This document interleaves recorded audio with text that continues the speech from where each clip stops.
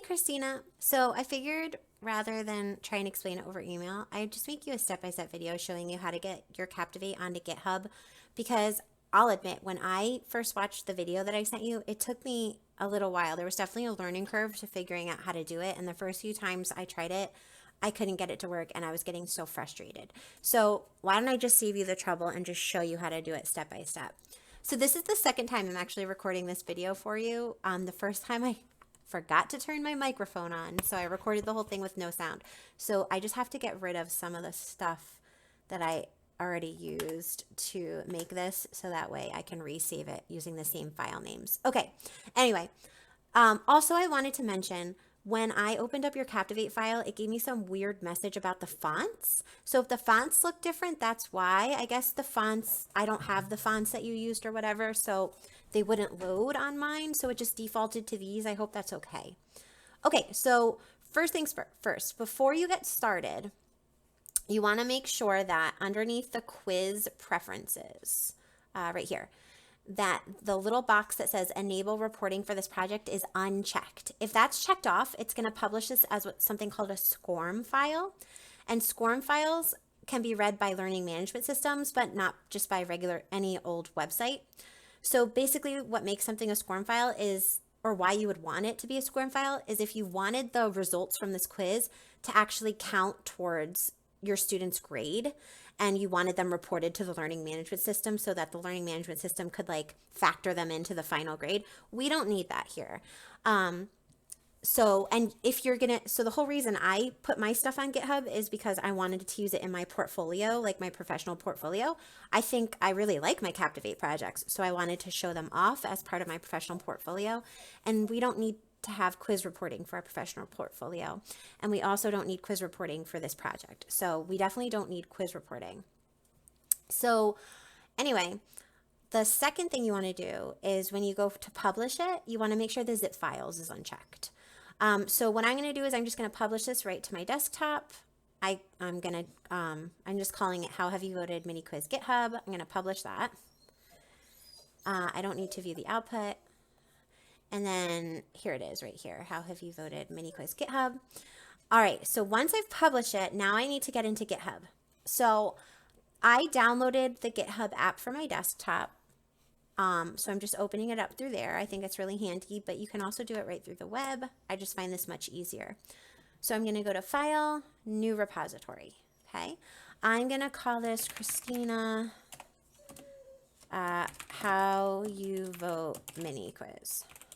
Okay, so that's what I'm going to name it, and I'm just going to click Create Repository. All I need to do is give it a name. So once I've created the repository, when you download GitHub for your desktop, it's going to ask you to put it somewhere, right? Your D drive, your C drive, wherever you want to put it. So I put mine on my C drive. So I need to go into my C drive now, and I need to find it.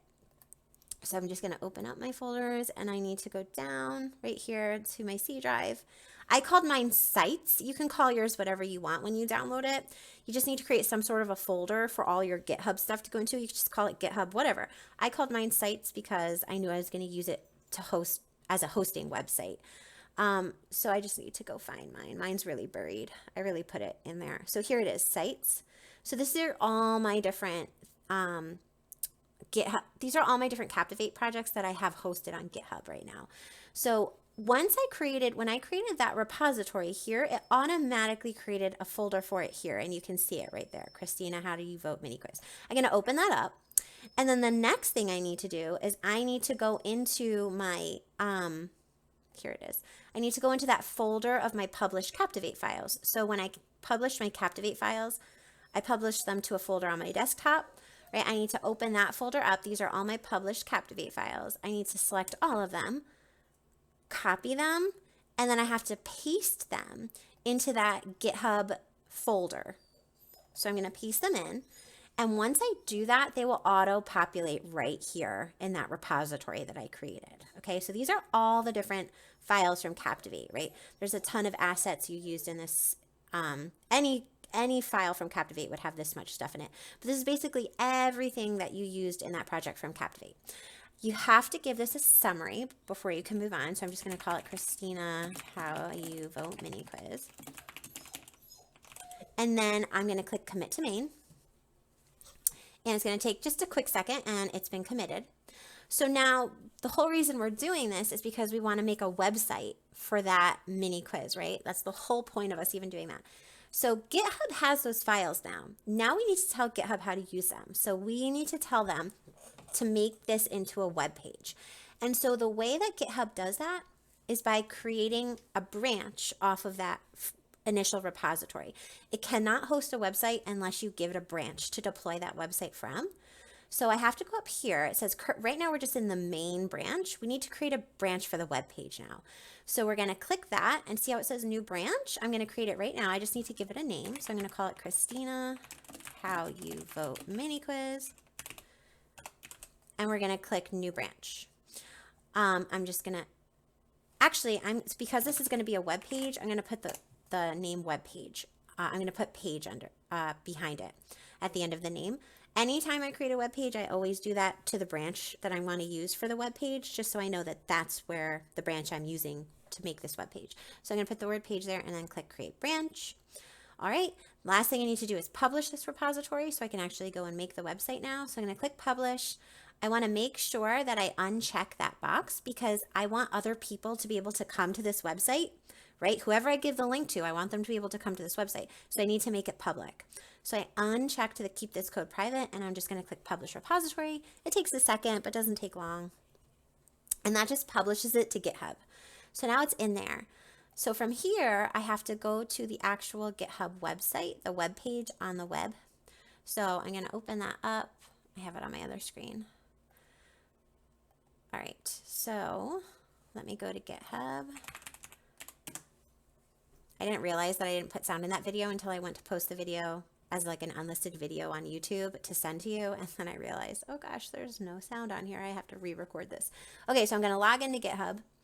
And now all of my repositories that I've made are going to be on the left-hand side. The one that I just made is not here, so I just need to click show more.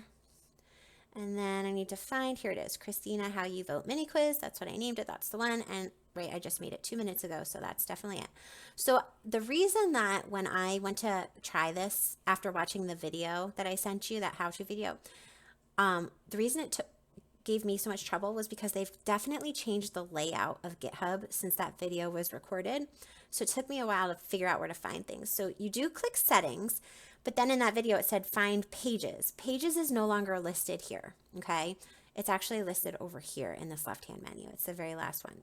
So pages, we have GitHub deploys pages. They have to be deployed from a branch. So that's why it says here. But then we have to pick the branch. So it says GitHub pages is currently disabled. Select a source below to enable GitHub pages for this repository. So we created the branch Christina How You Vote Mini Quiz page. So we have to select it. Then we click save. And from here, we just have to wait a minute or two because you can see right here, it says your GitHub pages site is currently being built from that branch. So it doesn't take long. What I usually do is after I hit the save on this, I usually walk away for a few minutes or do something else. And then I just come back and refresh the screen like 2-3 minutes later. This isn't a big file. Your Captivate file was not big. So it shouldn't take more than like a minute or two for this one to refresh, but I'm just going to pause it so you don't have to sit here and wait with me. Okay, so it should be ready. So let's see. I'm just going to refresh the page and make sure it is ready. Yeah, okay, you'll know it's ready when it says your site is live and it gives you a link. So I'm going to click this link and there it is and it will work now. And now GitHub is hosting it and you can put it anywhere you want using that link, or you can just simply share the link.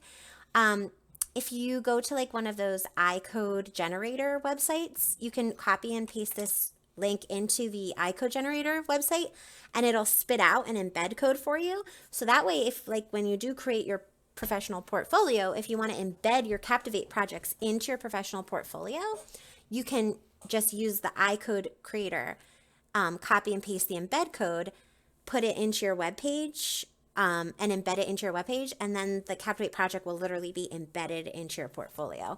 So you can do that with any other page, but it has to be hosted somewhere. And so that's the beauty of GitHub, because it hosts this Captivate project for you without you needing a learning management system. Okay, so I'm just going to copy and paste this link, and I'm going to put it onto our webpage for your voting quiz. Ta-da! And click update. And now when I go into the preview, we should be able to just get there now. Right, there it is. Okay, so that's it. Let's just make sure it works. I always like to run through and make sure they work before I get too excited about it. Okay, yeah, and it works.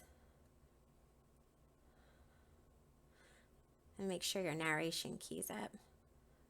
Oh, your narration didn't play. All right, I'll play around with that and I'll make sure it works before we submit this. But the last time I did it, your narration played fine, so I'm not sure why it's not playing here.